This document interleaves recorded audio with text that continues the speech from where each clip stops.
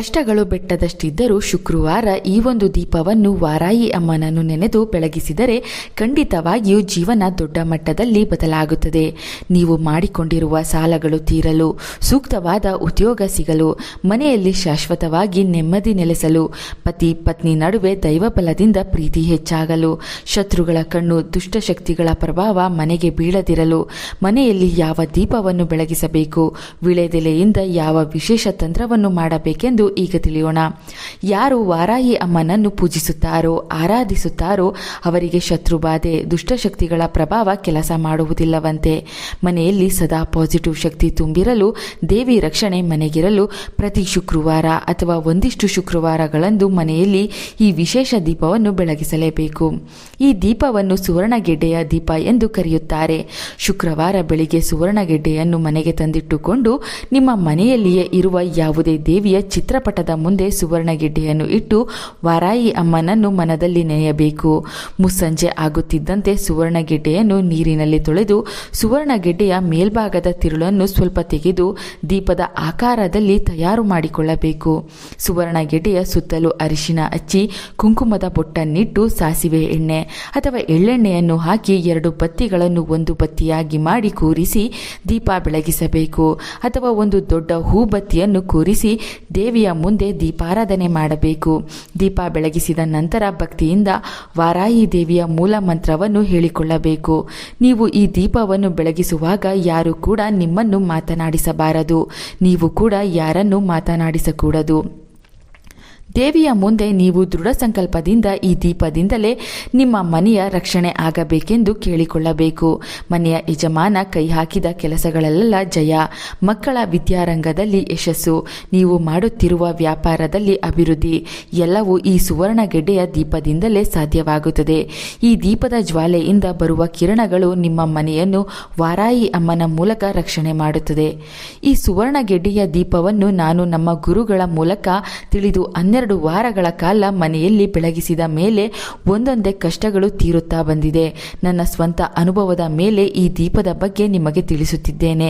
ಮುಟ್ಟಾದ ವಾರಗಳನ್ನು ಹೊರತುಪಡಿಸಿ ಉಳಿದ ವಾರಗಳು ಲೆಕ್ಕ ಹಾಕುತ್ತಾ 12 ಶುಕ್ರವಾರ ಅಥವಾ 16 ಶುಕ್ರವಾರಗಳಂದು ಈ ದೀಪವನ್ನು ಬೆಳಗಿಸಬಹುದು.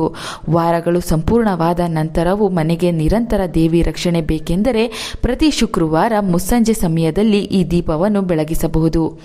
ಶುಕ್ರವಾರ ಸಂಜೆ ಈ ದೀಪಾರಾಧನೆ ಮಾಡಿ ಮರುದಿನ ಶನಿವಾರ ಬೆಳಿಗ್ಗೆ ಈ ಸುವರ್ಣಗೆಡ್ಡೆಯ ಜೊತೆಗೆ ಬೆಲ್ಲದ ಚೂರುಗಳನ್ನು ಸೇರಿಸಿ ಗೋಮಾತೆಗೆ ತಿನ್ನಿಸಬೇಕು. ಈ ದೀಪಾರಾಧನೆ ಮಾಡುವುದರಿಂದ ಮನೆಯ ಏಳಿಗೆ ಆಗುವುದರ ಜೊತೆಗೆ ಕುಟುಂಬದ ಸದಸ್ಯರಿಗೆ ಇರುವಂತಹ ಕಾಳಸರ್ಪ ದೋಷ, ಜಾತಕ ದೋಷ, ಗ್ರಹ ದೋಷಗಳು ಕೂಡ ಕಡಿಮೆಯಾಗುತ್ತದೆ. ಅಮಾವಾಸ್ಯೆ, ಹುಣ್ಣಿಮೆ ಬಂದಾಗ ಪದೇ ಪದೇ ಏರ್ಪಡುವ ಕಲಹಗಳು ನಿಂತು ಮನೆ ಸದಸ್ಯರ ನಡುವೆ ಪ್ರೀತಿ, ಹೊಂದಾಣಿಕೆ, ಗೌರವ ಹೆಚ್ಚುತ್ತದೆ. ಕುಟುಂಬಕ್ಕಾಗಿ ಶ್ರಮ ಪಡುವ ಮನೆಯ ಯಜಮಾನ ಹಾಗೂ ಯಜಮಾನಿಯ ಆರೋಗ್ಯ ವೃದ್ಧಿಯಾಗುತ್ತದೆ. ನಿಮಗೆ ಆಗದೇ ಇರುವವರು ಮಾಡಿಸುವ ಮಾಟ, ಮಂತ್ರ, ವಾಮಾಚಾರಗಳು ಪ್ರಯೋಗದ ಶಕ್ತಿ ನಶಿಸಿ ಹೋಗುತ್ತದೆ. ಇದರ ಜೊತೆಗೆ ವಿಳೆದೆಲೆಯ ತಂತ್ರವನ್ನು ಕೂಡ ಮಾಡಬೇಕು. ಇದರಿಂದ ಮಹಾಲಕ್ಷ್ಮೀ ದೇವಿಯ ಅನುಗ್ರಹ, ನಿಮ್ಮ ಇಷ್ಟ ದೇವರ ಅನುಗ್ರಹ, ನಿಮ್ಮ ಕುಲದೇವರ ಅನುಗ್ರಹ ಬಹುಬೇಗನೆ ಮನೆಗೆ ಸಿಗುತ್ತದೆ. ಸರಿಯಾಗಿ 11 ಅಥವಾ 21 ವಿಳೆದೆಲೆಗಳನ್ನು ತೆಗೆದುಕೊಳ್ಳಬೇಕು. ಒದ್ದೆ ಬಟ್ಟೆಯಲ್ಲಿ ಎಲೆಗಳನ್ನು ಒರೆಸಿಕೊಂಡು ನಿಮ್ಮ ಮನೆಯ ದೇವರ ಕೋಣೆಯಲ್ಲಿ ಒಂದು ತಟ್ಟೆಯಲ್ಲಿ ಇಡಬೇಕು. ನಿಮ್ಮ ಕುಲದೇವರ ಹೆಸರು ಅಥವಾ ಇಷ್ಟ ದೇವರ ಹೆಸರನ್ನು ಹೇಳುತ್ತಾ ಪ್ರತಿ ಎಲೆಯ ಮೇಲೆ ಅರಿಶಿನ, ಗಂಧ, ಕುಂಕುಮದ ಬೊಟ್ಟನ್ನು ಇಡಬೇಕು.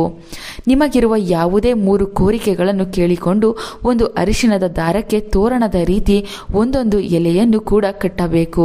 ಮನೆಯ ಬಾಗಿಲಿಗೆ ಸರಿಯಾಗುವಂತೆ ಈ ತೋರಣವನ್ನು ಭಕ್ತಿಯಿಂದ ತಯಾರು ಮಾಡಿಕೊಳ್ಳಬೇಕು. ಯಾವುದೇ ದಿನ ಈ ತೋರಣವನ್ನು ನೀವು ಸಿದ್ಧಪಡಿಸಿಕೊಂಡು ಮನೆಯ ಮುಖ್ಯ ದ್ವಾರಕ್ಕೆ ಕಟ್ಟಬೇಕು. ಯಾರ ಮನೆಯ ಬಾಗಿಲಿನಲ್ಲಿ ವಿಳೆದೆಲೆಯ ತೋರಣವು ಇರುತ್ತದೆ ಆ ಮನೆಗೆ ಐಶ್ವರ್ಯದ ಆಕರ್ಷಣೆಯಾಗುತ್ತದೆ. ಆಂಜನೇಯ ಸ್ವಾಮಿಗೆ, ಮಹಾಲಕ್ಷ್ಮೀ ದೇವಿಗೆ ಬಹುಪ್ರಿಯವಾದ ವಿಳೆದೆಲೆಯ ಅಪಾರ ಶಕ್ತಿಯಿಂದ ಮನೆಗೆ ಪಾಸಿಟಿವ್ ಶಕ್ತಿಯ ಆಕರ್ಷಣೆಯಾಗುತ್ತದೆ. ಮನೆಯ ಸದಸ್ಯರು ಈ ತೋರಣದ ಕೆಳಗೆ ಪ್ರತಿನಿತ್ಯ ಓಡಾಡುವುದರಿಂದ ಪ್ರತಿ ಕೆಲಸದಲ್ಲೂ ಯಶಸ್ಸು ಸಿಗುತ್ತದೆ.